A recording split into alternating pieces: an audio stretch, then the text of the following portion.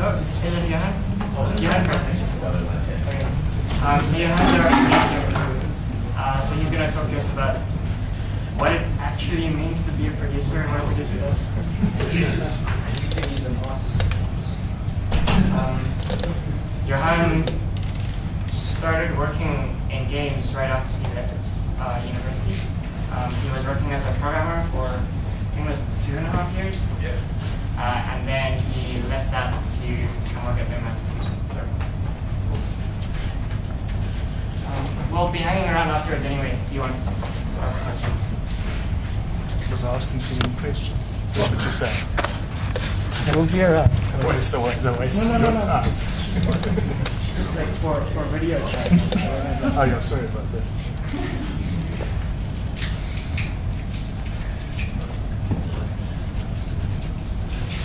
Okay, my slides are crap, so I'm looking out. Alright, so like John said, I'm with Mark to do a bit of production. So I just want to give you guys the real basics of trying to run a game dev project and what you need to do to keep track of things. Oh, back to that. So the first thing you need to do is you need to set up version control. This is really important. Even if you're doing your own little project and you're not working with anybody else, this is really important. Because if you're trying out risky new prototypes, doing diversions, it's real easy to switch branches and go back to what you had before. If anything breaks, you always have a safe place to go back to. And it also sort of forces you, well, at least encourages you to do your work in sort of feature-specific packets that you can push to your versioning server or wherever. So that sort of helps a lot in keeping track of things as well. Okay, so planning. You do need to have some sort of plan. I have that in the next slide. Okay, so more planning isn't necessarily better. I think that you need to have some sort of high-level plan that describes your core mechanics and the goals of the project. But keeping a detailed GDD is not necessarily a good idea unless you're working with a high-end producer, a high-end publisher, or someone that needs to see the entire concept of the game up front.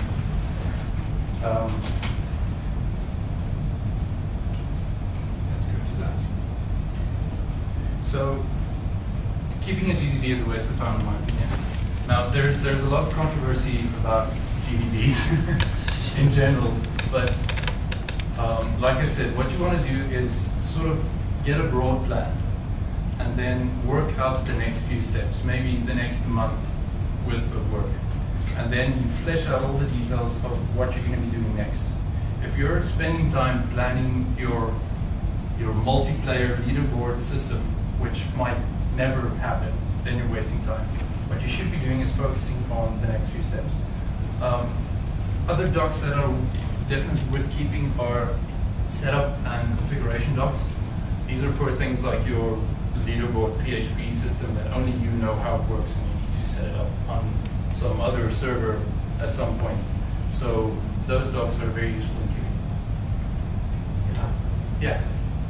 If you guys had a GDD for Blades, do you not think your development time? We did have a GDD for Bladeslinger, and we sort of kept it up to date for a year. But probably in increments of every 2 weeks. Now the problem with that is your GDD needs to be useful all the time, else it's not useful at all.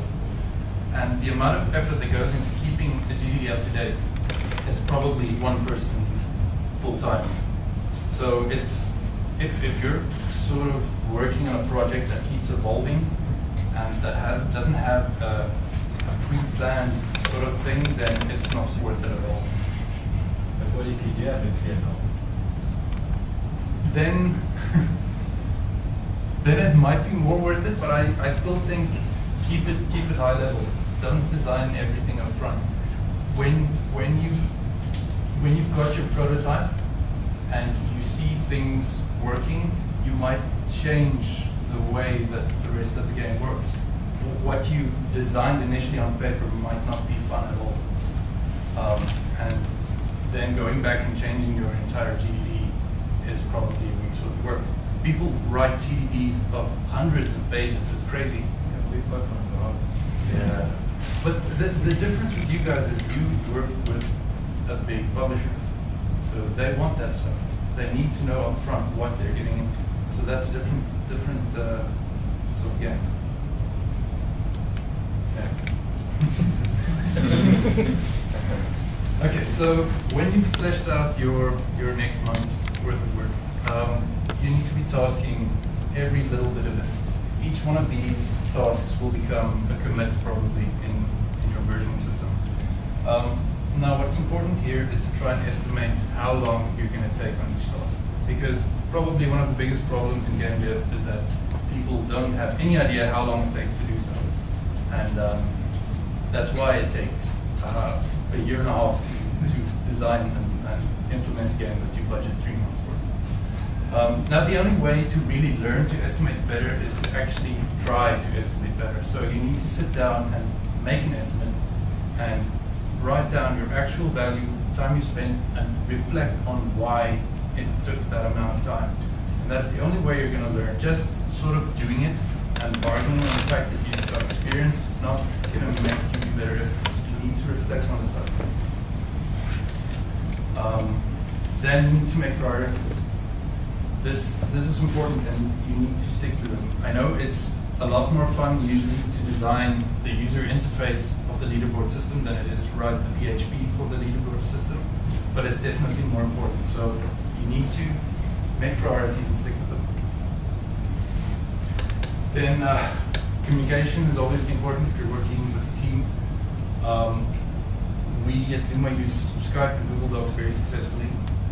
We always know what the other people in the team are doing. It turns out that usually you say that you're working on this feature and two or three other guys chip in and they've got some ideas and or they might have fixed it already or that type of thing. So it's always really important to keep the communication channels open. And then you need to revisit your early work. You'll find, especially in long projects, that by the time you get to the end, you've got so much more experience and such a good idea of what you have built, that your early work might not be as optimal as you might have thought. And especially with Unity, which makes it very easy to prototype and make things quickly. People generally get excited and move on to the next phase instead of refactoring that code into something that it should be. So that's important. That's it.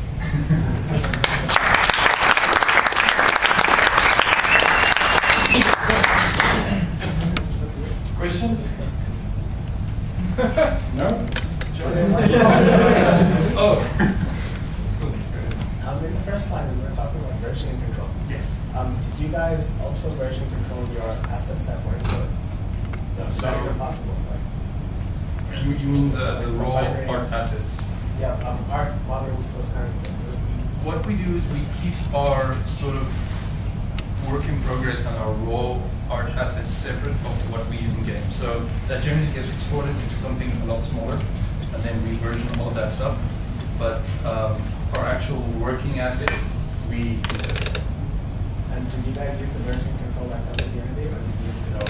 We did initially, but we found that it doesn't really do what we want. It's not as robust as the specific tools that have been around for ages. So we use Git actually. How big is your development team for Lightstick?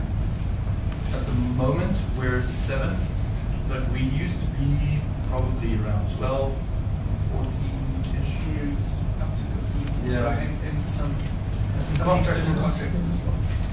Yeah. And so, sorry, do you guys then use Scrum or that type of thing to keep up with it? Each is small. We use a sort of mix of our own sort of agile thingy. We did look at Scrum initially, but the problem with Scrum is that you need to stay focused and not allow any changes for at least a week, maybe longer. And we can't stick with that. Okay, well, what we basically do is we don't stick to Scrum, but you know, we'll just at least every morning everybody comes together and just talk about what's happened and what's going to happen, and that we do. We've got a system where we use Jira at the moment, and we have a sort of a custom-made spreadsheet as well. But on Jira, you can always see what everyone else is doing. We generally, in our Skype chats, sort of communicate that stand-up meeting that you would have in Scrum as well. So I think in that sense, we do implement Scrum in that way. Yeah, if I can just chip in. So we tried Scrum on a previous project. I think it would work for some teams. The core thing that it comes down to, very similarly with the arguments about the game development document, because of the nature of this product, or this particular project, where we didn't really know what we were going to be doing from the start.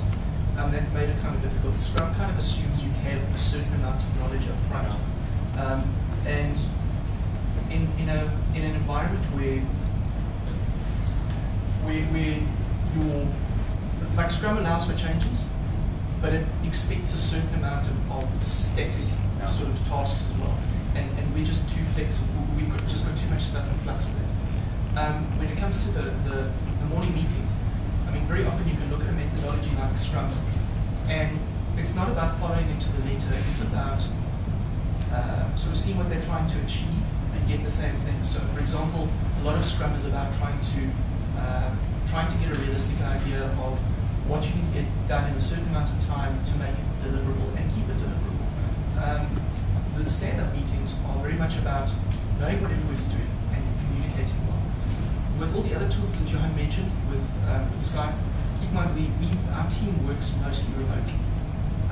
We typically work off-site 4 days a week and on-site 1 day a week. So communication, I think, for us is even more important than the other ones.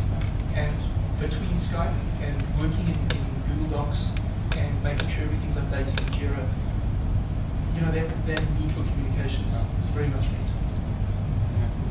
Also, I mean, when we did Scrum at Red a couple of years ago, we ended up spending like 2 crazy hours on the Scrum meetings. No, look, the thing with Scrum is those 2-3 hour meetings are fine, but they're usually designed for a product or a project where your ideal Scrum time is usually about 4 weeks.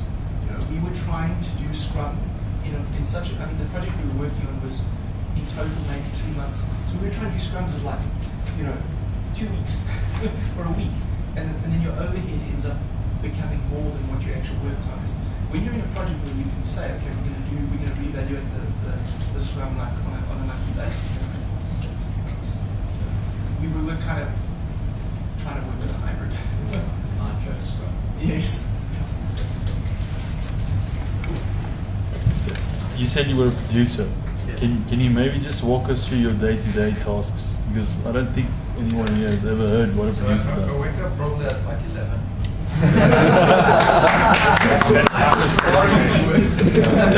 Okay, so generally, my sort of job description is to make sure that everybody is as productive as they can. So it's a lot of paperwork and a lot of email and a lot of tasking and that type of thing. So generally, what I do first thing in the morning is check mails, make sure there's no prices for the day. And if something happened post 24 hours, because keep in mind we have sort of other product companies in the States, so they can work at night and then we catch up in the morning. If anything happened overnight, then I can task it to the appropriate people who have them do their stuff. And then I probably sit down and make sure the schedule is up to date for our next goal. Make sure the priorities are what they need to be and are still relevant, that type of thing. And then throughout the day, I'll probably either be testing, checking old documents, or checking in with people and seeing if they're doing okay, that type of thing. So it's sort of a support role in general. How many people do you think like one producer can take care of? Depends on the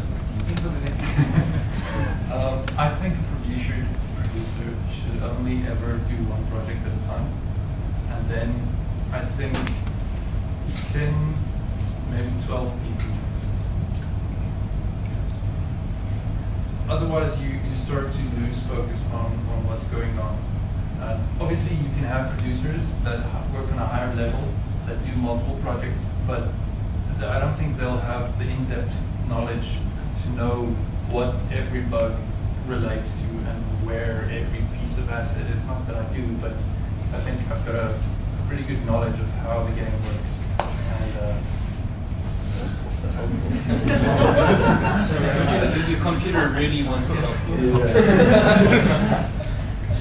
Say open support. Do you think a producer has to be, before he can become a producer, has to be fluent in, let's say, art and programming to sort of understand? I think it helps, but I don't think it's necessary, at least. I think you need to have some sort of management mindset, at least, because at the end of the day, it's about schedule and management. But having knowledge in art and development definitely helps, because you can relate and talk to your team on a deeper level. So it's definitely worth having. It also helps for estimation. Yes, because I double check that. The spreadsheet will double check. Yes. Email. I just wanted to say how awesome it is to have a producer who knows what he's doing and stuff. Because like I'll go into work and I need to there's some task for me and I have no idea what the heck this means. But I don't know who went and like gave me the I can see who gave me the task, but it's not like detailed, or I don't know how to reproduce it, or I don't actually know what the bug is. So I just like, producer person, what's going on? And like because he's kind of got his fingers everywhere, he sort of like knows what everyone is doing. So he knows, okay, no, don't worry about this. Actually, someone else is taking care of it. And so you don't end up with duplicate work. You don't end up like sitting around twiddling your fingers, wondering, oh man, like I can't do this thing because I don't have enough information. Like there's always the information there because there's someone there who knows what everyone is doing. So it's not necessarily that he comes around and like bosses everyone around. He's like, no, you must work. He's not like waving a whip or anything. He's just making sure that you're happy, you have everything you need to be able to do all the stuff.